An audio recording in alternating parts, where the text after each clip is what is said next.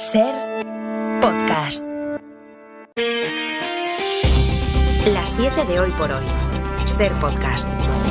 La guerra sigue, los bombardeos siguen, pero algunas cosas han cambiado. Hola, muy buenos días. Con casi 2.700 palestinos muertos y 1.400 israelíes, según ambos gobiernos, con al menos 300.000 reservistas del ejército de Israel a las puertas de Gaza, el presidente de Estados Unidos advierte de que ocupar Gaza sería un gran error. I think it'd be a big mistake. Look, what happened in Gaza, in my view, is Hamas no representa a todo el pueblo palestino, ha añadido el presidente Biden en una entrevista que se grabó el jueves y que ha emitido esta noche en la cadena CBS. En esa misma entrevista ha defendido también la necesidad de crear un Estado palestino. José Luis Astre, hola. Hola, buenos días. El gobierno de Estados Unidos ha sido el gran aliado de Netanyahu con el envío, en lo que va de conflicto, de munición, herramientas de defensa aérea y de vigilancia. Desde hace días intenta que este conflicto no se extienda por toda la región y ahora pide evitar así la ocupación de la franja. Aunque Biden recalca que eliminar a Hamas es un requisito necesario, por lo que una operación militar sigue sobre la mesa. Y acerca de esa fórmula se ha pronunciado también esta noche el embajador de Israel en Estados Unidos. No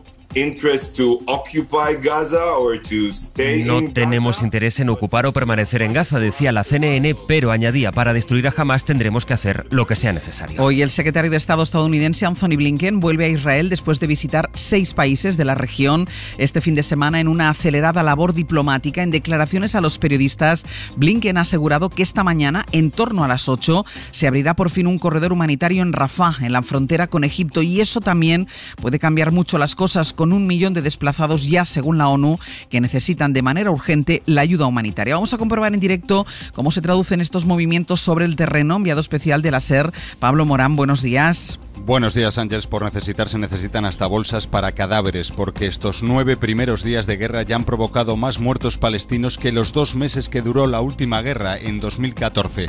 El ejército israelí ha insistido esta mañana en que respetan el éxodo de los palestinos del norte al sur de la franja y que los ataques contra esa población civil que escapa no son su responsabilidad. This attack was done by Hamas. We can say clearly we did not try to strike anybody, any civilians in that area. Este es el portavoz del ejército israelí que ha acusado esta mañana a Hamas de atacar el convoy del viernes en el que al menos 70 personas perdieron la vida, incluidos mujeres y niños, como verificó este fin de semana la BBC. Atacan y matan a su propia población porque les beneficia, según Israel. Lo cierto es que las cifras dentro de la franja abruman. A los casi 2.400 muertos ya acumulados hay que sumar 1.000 personas más desaparecidas entre los escombros de los edificios o la falta de suministros básicos, incluso en los hospitales, donde tampoco queda combustible para que sigan funcionando. A Gaza se le está acabando la vida, según ha dicho el coordinador de Naciones Unidas en Gaza. Pablo, hasta ahora. Hasta ahora. La franja de Gaza al límite después de una noche de intensos ataques, como nos contaba Pablo. Anoche aquí en la SER recogimos también el testimonio de Raquel Martí, la directora en España de la Agencia de la ONU para los Refugiados Palestinos. Teme una catástrofe humanitaria sin precedentes en una Gaza en la que no entra ningún tipo de suministro. Hemos empezado a racionar el agua en nuestros refugios. Únicamente estamos pudiendo dar 1 litro de agua a cada persona para todo un día. Y por otro lado hemos tenido que hacer un cálculo exhaustivo de las calorías mínimas que una persona necesita al día para sobrevivir, puesto que desde el día 7 que comenzó la escalada militar no ha entrado nada de ningún suministro humanitario dentro de la franja de Gaza. Las noticias de la última hora también traen claves electorales importantes que apuntan a cambio de gobierno en Europa. En el gobierno polaco, donde todavía sin resultados oficiales, la plataforma cívica del ex primer ministro Donald Tusk ha celebrado con sus militantes el resultado de los sondeos que le dan la posibilidad de gobernar en coalición. Todavía va a haber que esperar 2 días para el recuento, pero las partes dan por buenas estos sondeos a pie de urna. Según esos mismos datos, ha vuelto a ganar el ultraconservador Ley y Justicia de Kaczynski, pero sin mayoría suficiente. Y en Ecuador, aquí ya con escrutinio oficial, también el centro derecha gana las elecciones. El empresario Daniel Noboa se impone a Luisa González, la candidata del entorno del expresidente Correa. Noboa, que va a gobernar solo hasta mayo de 2025, cuando se convocarán nuevas elecciones, ha vencido donde no lo logró su padre. Se presentó antes que él en 5 ocasiones y perdió siempre frente a Correa. Y además, la política en España, que se mueve cada día en la clave de la negociación para la investidura de Sánchez. Junts vuelve a reivindicar la vía unilateral y el PP pide al PSOE que no utilice las instituciones para su estrategia de investidura. Ayer se conmemoraba el fusilamiento del expresidente Companys en Montjuïc y en ese contexto Esquerra reclamaba una declaración institucional para restaurar restituir su memoria sin referirse a la investidura. Entre tanto, Salvador Illa pedía reflexión sobre el mejor camino de futuro y se dirigía así a PP y a Vox. Ofrecen un futuro construido sobre el miedo, constantemente sobre el miedo. Nosotros proponemos un futuro construido sobre la confianza, porque la mayoría de ciudadanos españoles y catalanes pues saben que lo que hay que hacer es dialogar. Es lunes, es 16 de octubre. Israel tiene un objetivo claro, eliminar a Hamás, así lo ha expresado en muchas ocasiones y formas a lo largo de esta semana, pero todo lo que sucede a su alrededor es clave, especialmente con Estados Unidos. Sergio Soto, buenos días. Hola Ángeles, buenos días. Ya hemos escuchado a Biden y también a Blinken, su secretario de Estado, que han intentado en las últimas horas pedir algo de contención a su gran aliado Israel. Le apoyan, pero mientras estos días se aceleraban los pasos y la ONU advertía de la violencia y la catástrofe de un ataque terrestre en Gaza, se han visto en la situación de pedir a Israel que proteja a la población civil. Un equilibrio en el que Estados Unidos también intenta evitar que la guerra de Israel con Hamás sea una mecha que prenda en toda la región. Por eso Blinken culmina hoy una gira que le lleva de vuelta a Tel Aviv. Corresponsal en Washington, Sara Canals, buenos días. Buenos días, sí. Tras su reunión con el presidente egipcio, el secretario de Estado, Antony Blinken, ha confirmado la apertura de un corredor humanitario en Rafah y también la creación de un mecanismo para asistir a los civiles que lo necesiten. Una ayuda que Estados Unidos está coordinando principalmente junto con Egipto, Israel y la ONU, y para ello Washington ha enviado a un alto funcionario en el terreno para supervisar la crisis humanitaria. Blinken también ha remarcado el apoyo incondicional a Israel, pero acompañado de la siguiente advertencia: que la forma en la que Israel se defiende importa. Y que hay que actuar con la máxima precaución para evitar herir a la población civil. Con estas declaraciones, Blinken culminaba su ronda de contactos con sus socios árabes, asegurando que regresa con un compromiso unánime para evitar una escalada de tensión en la región. Una percepción que transmitirá hoy en Tel Aviv, donde empezó y donde culminará su viaje por Oriente Medio. Los movimientos de Estados Unidos son fundamentales porque es el principal socio de Israel y la gran potencia militar involucrada en la guerra. Sin embargo, hay muchas más. Que dan idea del ambiente y que condicionan las decisiones. Irán afirma que las manos de toda la región están en los gatillos si Netanyahu no deja de atacar y que ellos no van a ser un mero espectador. La Liga Árabe y la Unión Africana temen un genocidio en Gaza. Y además está la posición europea, el viaje de la presidenta de la Comisión y su posterior apoyo explícito a Israel en vísperas de lo que todo apunta, una invasión de Gaza con consecuencias que la ONU define como catastróficas. En este contexto, sus palabras de apoyo a Israel sin espacio para preocuparse por los civiles han resonado entre los 27. Que han querido fijar a la carrera una postura común después de días de vacilaciones. El Consejo, que es quien tiene competencia en esta materia, política exterior, ha dicho que Israel tiene el derecho a defenderse, pero que debe hacerlo de acuerdo al derecho internacional y proteger a los civiles. El martes volverán a reunirse de urgencia. Corresponsal en Bruselas, Beatriz Ríos. Buenos días. Sí, no ha sentado nada bien en Bruselas, pero tampoco en otras capitales el viaje y el mensaje de la presidenta de la Comisión Europea en Israel la pasada semana. Anoche los 27 publicaron un comunicado conjunto que deja bien clara su posición y se hacía eco del que ya acordaron los ministros de Exteriores el lunes. Condenan los ataques de Hamás, pero también llaman al orden a Israel. Israel has the right to defend itself. Escuchábamos decir al presidente del Consejo Europeo, Charles Michel, que Israel tiene derecho a defenderse, pero debe hacerlo respetando el derecho internacional. También se comprometen los gobiernos europeos a continuar con la ayuda humanitaria a Gaza y a buscar una salida dialogada al conflicto.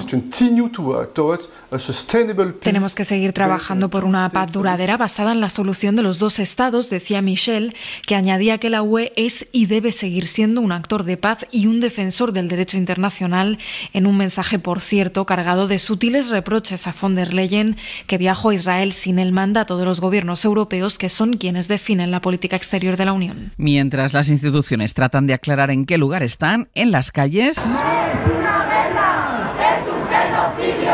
¡No es una guerra! Manifestaciones como esta de Madrid, que ha reunido a 10.000 personas según la delegación del gobierno en apoyo al pueblo palestino y para pedir más contundencia a la hora de combatir algunas de las acciones de Benjamin Netanyahu. Ámsterdam, Londres, Reino Unido o Rabat han sido otras de las ciudades con marchas similares. Y en Francia, uno de los primeros países en decidir prohibir manifestaciones como esta, el gobierno ha retrasado la entrada de los estudiantes en los colegios por la alerta antiterrorista. Entrarán a las 10 de la mañana y con 7.000 policías en la calle. Esto después de un fin de semana en el que se ha evacuado el Louvre y Versalles por amenaza terrorista y coincidiendo justo hoy con el tercer aniversario del asesinato del profesor Samuel Paty, que mostró en su clase caricaturas de Mahoma. Han pasado 4 días del asesinato de otro docente. Corresponsal Vicenç Batalla, buenos días. Buenos días. Las clases este lunes en Francia se retrasan a las 10 de la mañana para que los docentes puedan preparar su reacción ante los alumnos después del asesinato el viernes del profesor de francés en Arras, Dominique Bernard.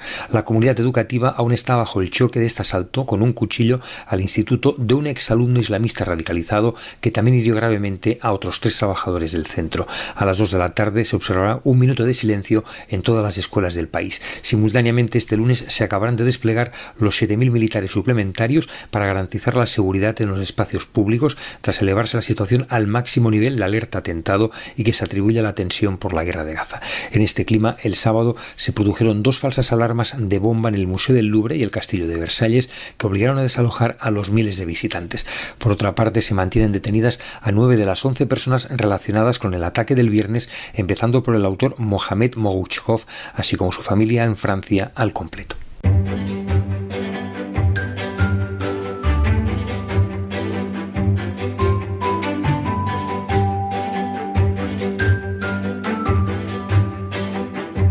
Nos vamos hasta Castilla y León. En Radio Valladolid está Mario Alejandre. Mario, buenos días. Buenos días. Y en Murcia, Juanjo Asensio. Juanjo, buenos días. Hola, buenos días. Empiezo con Castilla y León, Mario, con uno de los efectos de la despoblación. Ya sabemos que esta es una de las comunidades más afectadas por ello, pero es que la despoblación afecta incluso a las órdenes religiosas.